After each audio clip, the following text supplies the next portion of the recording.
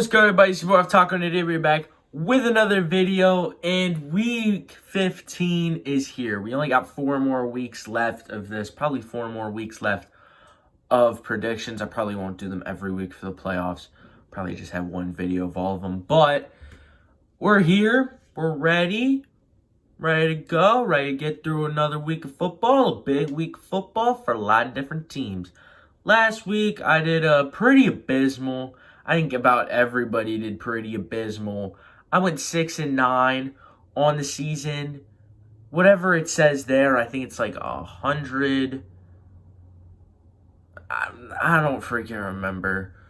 Whatever it says.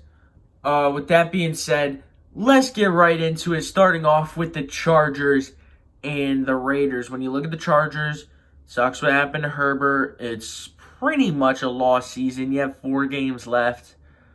Oh, well, probably not going to get much out of it. Whenever you look at the Raiders, it was a disgusting offensive performance. You put up 0 points. At the same time, your defense did put up 3 points. It's not a great Vikings offense. Josh Dobbs hasn't had a great last few weeks, but you still played really well on defense.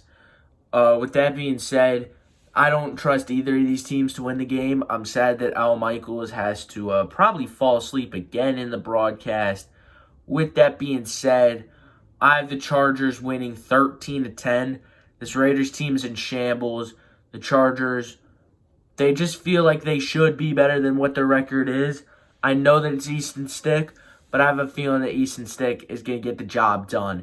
Then moving on, you have the Bengals and the Vikings. This is going to be a matchup between Jamar Chase and Justin Jefferson, who will hopefully finally be playing. It's a big what if, but hopefully it is something that can be answered. And the answer will be yes. The Bengals they look good. They're looking good with Jake Browning. If Jake Browning is hurt, it'll be... I know they have A.J. McCarron. I think that's who went in. Shout out to the XFL. Yeah, I really don't know, but if Browning's going to play. But I think that there's a good chance that he does. And the Bengals are going to find some way to sneak into the playoffs. I have them getting a win here, 20-16. I didn't talk a lot about the Vikings. They're benching Dobbs this week, which is a big mistake in my opinion. I still believe in Josh Dobbs. With that being said, it's going to be a great win for the Cincinnati Bengals on Saturday. It's weird. We got 3 Saturday games. Whatever. And you got the Colts and the Steelers in Indianapolis. The Steelers, not good. Not good. The Colts, they've won 4 straight games, and then they took a loss last week, a bad loss to Cincinnati. Their offense looked stagnant. I think that's the word. They didn't do anything on offense is what I'm trying to get to. It just wasn't an amazing performance by the Colts. But you're playing a not so great team this week. You can get back on track, still get into the playoffs. Sneak in, get a win here, 16-14. Not pretty, not amazing, but gets done. And, yeah, 16-14. Then the late game is the Broncos and the Lions. The Lions been a little bit iffy these past couple of weeks. They lost the Packers, beat the Saints just barely. I don't really know what to think of the Saints right now. They're on the decline. And then lost to the Bears in just not a good game. They didn't play well. They didn't play good football. And you got to get back to playing good football. You're playing the Broncos, who have still won like 6 of the last 7. Good win against the Chargers last week. You know, their only loss recently has come to the Texans, which is a very good football team. With that being said, I have the Lions taking a win here. I have them winning 26-23. They're going to get back on track. They're going to be the real good Lions. I don't think that the Lions are going to choke the season away. It's a miracle because, I mean, it's the Detroit Lions. It's what they always do. Then you have the Giants and the Saints in New Orleans. For the Giants, Tommy Cutlets. He's won 3 straight games. Tommy DeVito has. Probably should be the starter for New York going for the future. I mean, besides the fact that they paid Daniel Jones $40-50 million and they probably can't get out of it, probably should be the starter. The Saints, you play competitive with the Lions. You beat the Panthers last week. Hopefully you're getting back into it. Probably going to end with a winning record. Still going to compete for that. Hopefully going to end with a winning record. Hopefully going to compete for that NFC South. With that being said, you know what? I don't care what this thing says. I don't like the Giants. I got the Saints winning 24-23 because I feel like it. And I don't really like the New York Giants because I'm scared of them. I'm scared of the Eagles just falling apart and then losing to the freaking Giants on Christmas. You know how awful my Christmas would be? I had to deal with Dallas last year, now the Giants. Stupid Italian.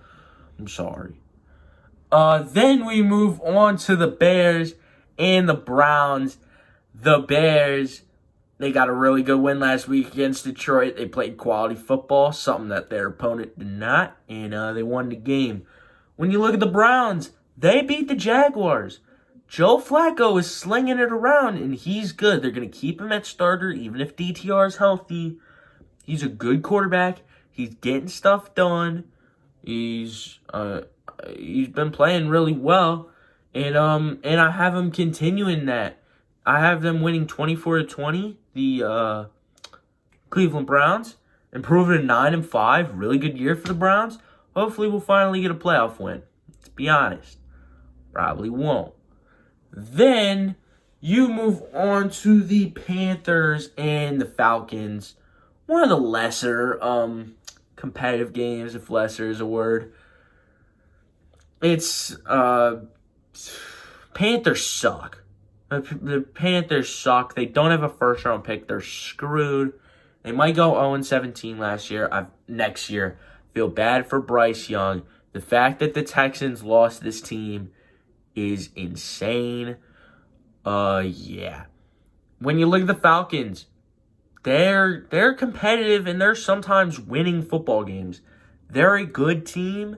I have them continuing being a good team. I have them winning 22-13. No, it's not specifically a great team to beat, but you're getting the job done. You're technically winning by 2 scores. Then you've got the Bucks and the Packers. The Packers, bad loss on Monday to Tommy DeVito. But they've played good recently. They won 3 straight before that loss. They still had a lot of plays, could have maybe went their way in some ways. Stuff. They should have won that football game. They just didn't. And that's not a ref thing. That is a them thing. But, Packers, they're still a good team. The Bucks had a really good win. They beat the Falcons, who are a competitive team. They've gotten back into the mix a little. They're 1-6 for some stretch, but they're back into it. They're back running. They're back good. And the Packers are going to get a win here, 29-24. Sort of killed the momentum. But the Packers are a good team. The Packers have a lot to play for. Bucks also have a lot to play for. But I trust Jordan Love in these situations. I like Jordan Love a lot. And, he's learned for like 4 years. Blah, blah, blah. Then you move on to the Jets and the Dolphins. The Jets. Zach Wilson put up an amazing performance. You see me smiling? Just because, I like Zach Wilson. I don't really know why I like Zach Wilson, but I don't know. I just want him to succeed. I sort of feel bad for him. When you look at the Dolphins, it was a bad loss. 27-13, came back on. There's a bunch of these different stats about how collapsy the collapse was. Big thing, you need Tyreek Hill. You're probably going to get Tyreek Hill this week. Tyreek Hill is going to play good. It still is the Jets. While I still have the Jets' offense improving, I have the Dolphins winning 31-23. Man, I do hope Zach Wilson is like at least decent. Hopefully, he gets a shot, in Canada or something. Then you move on to the Patriots and the Chiefs. The Chiefs getting their second 1 o'clock game in the entire year. They were supposed to only have one, but I think that this game got flexed because of how awful the Patriots are. But the Patriots got a solid win last week. They beat the Steelers. The Steelers suck.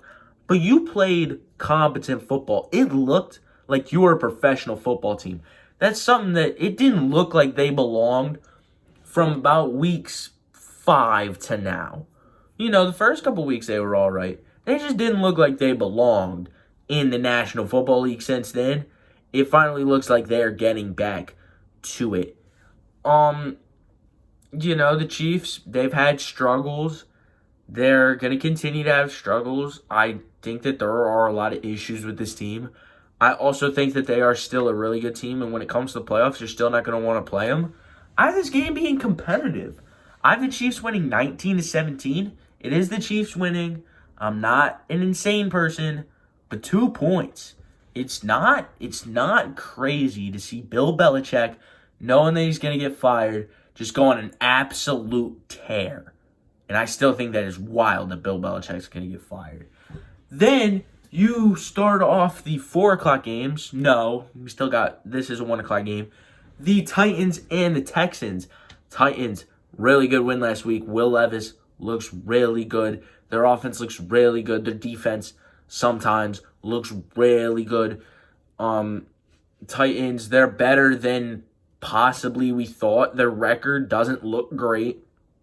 But hey, they can sneakily make a run for this. They're a good team, and the AFC South might be the best division in the league right now. It sounds insane, but possibly. Then, on the other side, the Texans took a bad loss last week. C.J. Stroud with a concussion. Just knowing C.J. Stroud, knowing the way that he is, he's playing this week. All right, Nico Collins, I don't really know his injury status. You obviously lost Tank Dell. You're going to have to rely on like Noah Brown and John Mechie. He's going to have to take a step up. Robert Woods. You still got some guys. With that being said, I really like the Titans. They're at home. They play a ton better at home. I think that was their first road win. They've got the momentum. They got the fire. They're going to get a win here, 21-20. It's going to be close. They're going to pull it out. They're going to get the dub. Then, moving on to the actual 4 o'clock games. We only have 3 of them. It's so dumb. The Niners and the Cardinals. It's not a very great way to say this. The Niners are, sadly, the best team in the league. The Cardinals are very much not. And I think that the Cardinals are still going to put up some points. I think that it's not going to be great, as my mom sounds like she's dying. I might have to check up on her if she coughs again. But, Niners are better. The Niners are going to get a win here, 31-18. The Cardinals are going to show some life. They're definitely not going to show enough life. Then, the Commies and the Rams. Commies, your offense has always looked okay. It's very turnover prone, but it's always looked okay. The Rams played a really solid game with the Ravens last week.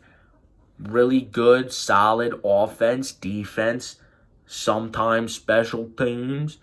They're still in this playoff race. I still think that they are going to get a spot. I mean, I knew that they were going to lose and still expect them to get a spot. That being said, I have the Rams winning 34-24. It's going to be a bit of a really good offensive game for really the last couple of weeks it has been, and it's just going to continue. Then you have the the Cowboys, the Bills in Buffalo. It's going to be cold. Hopefully it's going to snow. It is probably not going to snow, but I hope that it's going to snow. Dallas getting a test. They had a big test against Philly last week, except for the fact that we can't play defense and we can't coach offense. We suck right now. It's terrifying, but that is for whenever we talk about the Eagles. But the Bills, on the other hand, they got a good win against the Chiefs.